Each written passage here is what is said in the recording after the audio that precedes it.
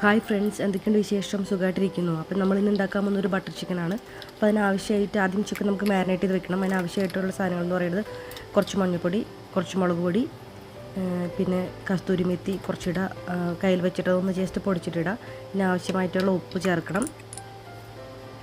പിന്നെ കുറച്ച് ഗരം മസാല ചേർക്കുക. പിന്നെ അതിൻ്റെ കൂട്ടത്തിൽ കുറച്ച് നാരങ്ങനീര്, ഇതെല്ലാം ചേർത്ത് കുറച്ച് തൈരും കൂടെ ചേർക്കണം. ഇവയെല്ലാം ചേർത്ത് നന്നായിട്ട് മിക്സാക്കി എടുക്കുക.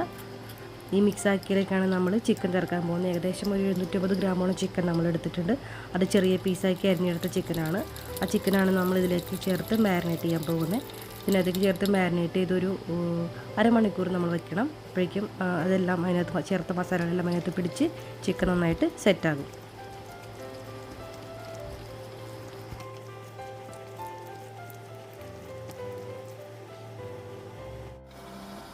ഇനി നമ്മൾ ചെയ്യാൻ പോകണമെന്ന് വെച്ചാൽ പാൻ എടുത്ത് വയ്ക്കുക. അതിലേക്ക് ആവശ്യത്തിന് ഓയിൽ ഒഴിക്കുക. അധികം ഓയിലൊന്നും വേണ്ട, കുറച്ച് ഓയിൽ മതി. അതിനകത്തേക്ക് ഈ മാരിനേറ്റ് ചെയ്ത ചിക്കൻ ഉണ്ടല്ലോ അതിനകത്ത് എടുത്തിട്ട് നന്നായിട്ട് വറുത്തെടുക്കുക. ഇത് അങ്ങോട്ടും ഇങ്ങോട്ടും തിരിച്ചിട്ട് ചെറിയ തീയിൽ വറുത്തെടുക്കുക. ചിക്കൻ ഇതിപ്പോൾ ഏകദേശം വറുത്ത് റെഡി ആയി വന്നിട്ടുണ്ട്. ഇത് നമുക്ക് വറുത്ത് കോരി മാറ്റി വയ്ക്കാം. ഇനി നമ്മൾ ചെയ്യാൻ പോകണമെന്ന് വെച്ച് കഴിഞ്ഞാൽ ആ സെയിം പാനിൽ തന്നെ ആ ഓയിൽ കളയേണ്ട. ആ സെയിം പാനിൽ തന്നെ കുറച്ച് ഇഞ്ചി വെളുത്തുള്ളിയൊക്കെ ചെറിയ കഷ്ണമൊക്കെ അരിഞ്ഞിട്ട് അതിനകത്തേക്ക് എടുത്ത് വഴറ്റിയെടുക്കുക. കൂട്ടത്തിൽ നമ്മൾ തക്കാളി, സവാള ഒക്കെ അരിഞ്ഞ് വെച്ചിട്ടുണ്ടായിരുന്നു. അത് ആവശ്യത്തിന് നിങ്ങളുടെ അളവിനെടുക്കാം. ഞാനത് നേരത്തെ കാണിക്കാൻ വിട്ടുപോയി. അപ്പോൾ ആവശ്യത്തിനുള്ള തക്കാളി, സവാളയൊക്കെ നിങ്ങളുടെ അളവിനെടുക്കുക.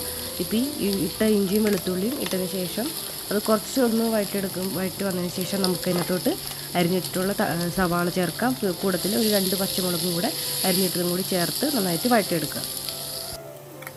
ഈ സവാളയും ഒക്കെ നന്നായിട്ട് കുറച്ച് വഴണ്ട് വരുമ്പോൾ അതിനകത്തേക്ക് ഒരു 2-3 കഷ്ണം ഗ്രാമ്പും 2 കഷ്ണം ഏലക്കൊക്കെ ചേർത്ത് അതും കൂടെ കൂട്ടിച്ചേർത്ത് ഇളക്കിയെടുക്കുക. അതിന് ശേഷം നമുക്ക് അതിനകത്തോട്ട് തക്കാളി ചേർക്കാം.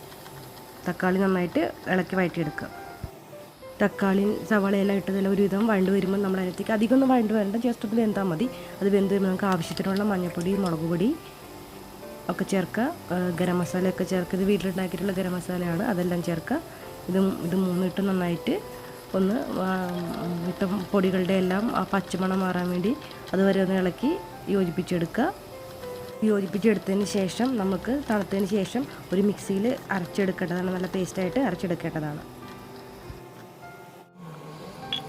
ഇനി നമ്മൾ വേറൊരു പാൻ വെച്ചിട്ട് അതിനകത്തോട്ട് ഒരു കഷ്ണം ബട്ടർ ഇടണം. ബട്ടർ ഇട്ട് ഒന്ന് മെൽറ്റായി വരുമ്പോൾ അതിനകത്തോട്ട് നമ്മൾ ഈ അരച്ച് വെച്ചിട്ടുള്ള തക്കാളി, സവാള നമ്മൾ നേരത്തെ ചെയ്ത് വെച്ചിരുന്നത് അത് അരച്ച് പേസ്റ്റാക്കി ഇതിനകത്തോട്ട് ചേർക്കുക. കൂടത്തിന് ആവശ്യത്തിനുള്ള വെള്ളവും ചേർത്ത് ഒന്ന് തിളപ്പിച്ചെടുക്കണം. ഈ തിളപ്പിച്ചെടുത്തിലേക്കാണ് നമ്മൾ നേരത്തെ വറുത്ത് വെച്ച ചിക്കന് ഇതിനകത്തേക്ക് ഇടാൻ പോകുന്നത്. അപ്പോൾ ഈ സമയത്ത് നിങ്ങൾക്ക് ഉപ്പെന്തെങ്കിലും കുറവുണ്ടെങ്കിൽ എക്സ്ട്രാ വേണമെങ്കിൽ അത് ചേർക്കാം. ചില ആൾക്കാർ ഇതിനകത്ത് പഞ്ചസാര ചേർക്കും. താല്പര്യമുണ്ടെങ്കിൽ മാത്രം ചേർത്താൽ മതി, അല്ലാത്തൊരു ചേർത്തില്ലെങ്കിലും യാതൊരു കുഴപ്പമില്ല. നമുക്ക് ആവശ്യമായിട്ടുള്ള വെള്ളവും എല്ലാം ചേർത്ത് നന്നായിട്ട് ഇളക്കി തിളപ്പിച്ചെടുക്കുക. കൂട്ടത്തിൽ ഇച്ചിരി കസ്തൂരി മെത്തിയും കൂടെ അതിനകത്തേക്ക് ചേർത്ത് കൊടുക്കുന്നത് നല്ലതായിരിക്കും. ഇപ്പോൾ ഇതാ ഏകദേശം നമ്മുടെ ഈ ഗ്രേവി എല്ലാം ഒന്ന് തിളച്ച് വന്നിട്ടുണ്ട്. ഇനി തിളച്ച് വന്ന ഗ്രേവിയിലോട്ട് നമ്മൾ നേരത്തെ വറുത്ത് കോരി വെച്ച ചിക്കൻ ചേർക്കുക. വറുത്ത് കോരി വെച്ച ചിക്കൻ ചേർത്ത് നന്നായിട്ട് ഇളക്കി ഒന്ന് തിളപ്പിച്ചെടുക്കുക. ഇതിപ്പോൾ ഏകദേശം ഒരു 10 മിനിറ്റ് വേണ്ടി വന്നില്ല. അപ്പോൾ ഇതിനെ നമുക്ക് തിളച്ച് കിട്ടി, നന്നായിട്ട് തിളച്ച് കുറുകി വന്നിട്ടുണ്ട്. ഇപ്പോൾ നമുക്ക് ഫ്രഷ് ക്രീം ആവശ്യമുള്ളവർക്ക് ഫ്രഷ് ക്രീം ചേർക്കാം. ഞാൻ ഇതിനകത്ത് കാഷ്നട്ടൊന്നും ചേർത്തിട്ടില്ല, അതുകൊണ്ടാണ് എക്സ്ട്രാ ഫ്രഷ് ക്രീം ചേർത്തേക്കുന്നത്. അല്ലാതെ തന്നെ ഗ്രേവി ഉണ്ട്, നല്ല തിക്കായിട്ടുള്ള ഗ്രേവിയാണ്. വേണമെങ്കിൽ നമുക്ക് എക്സ്ട്രാ ഫ്രഷ് ഗ്രേവി ചേർക്കാം.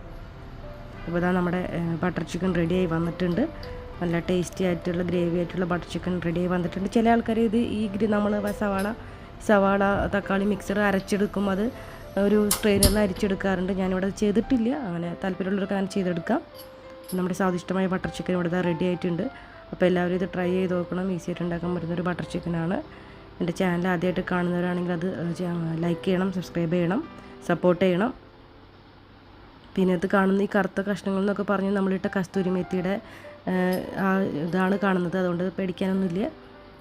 ഇതെല്ലാം കറക്റ്റ് നല്ല പേസ്റ്റായിട്ട് കിട്ടുന്നവർക്ക് ആ ഗ്രേവി ഒന്ന് അരച്ചെടുത്തിട്ട് അതിനകത്തേക്ക് ചേർക്കാം.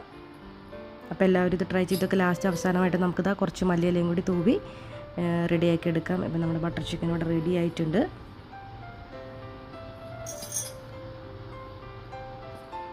അപ്പോൾ എല്ലാവരും ഇത് വീട്ടിലുണ്ടാക്കി നോക്കണം. അപ്പോൾ എല്ലാവരും സുഖമായിട്ട് സന്തോഷമായിട്ടിരിക്കുക. Keep smiling. Thank U.